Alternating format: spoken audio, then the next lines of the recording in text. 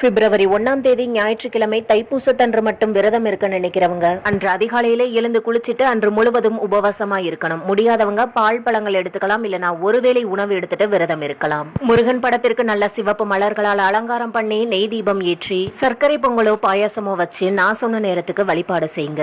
முருகனுக்கு உரிய மந்திரங்கள் எதா இருந்தாலும் அன்னைக்கு நம்ம பாராயணம் பண்ணலாம். மாலை வேளையில் ஒரு தீபம் ஏற்றி முருகனுக்கு நெய்வேத்தியம் படைச்சதை சாப்பிட்டுட்டு நம்மளுடைய விரதத்தை நிறைவு செய்யலாம். முருகனின் அருளை பரிபூர்ணமா பெறுவதற்கு நம்ம செய்ய வேண்டிய 3 விஷயங்கள் என்ன அப்படின்னா, அன்னைக்கு ஏதாவது நம்ம வீட்டு பக்கத்துல இருக்கிற முருகன் கோவிலுக்கு பாத யாத்திரையா நம்ம நடந்து போகணும். 2வது விஷயம், கோவில்ல இருக்கிற முருகனுக்கு நம்ம கையால 1/2 லிட்டரோ 1 லிட்டரோ நம்ம அபிஷேகத்துக்கு பால் வாங்கி கொடுத்துட்டு அந்த அபிஷேகத்தை பார்க்கணும். கோவில்ல பால் வாங்கி கொடுக்க முடியலன்னா நம்ம வீட்டுல இருக்கிற விக்கிரகத்திற்கோ இல்லனா முருகன் வேலுக்கோ முருகனின் மனம் குளிர குளிர நம்ம பாலாபிஷேகம் பண்ணலாம். 3வது விஷயம், அன்று முழுவதும் நம்ம முருகனுடைய நாமத்தை உச்சரிச்சுக்கிட்டே இருக்கணும். அதே போல நம்ம கையால 2 பேருக்காவது அன்னைக்கு கட்டாயமா அன்னதானம் கொடுக்கணும்.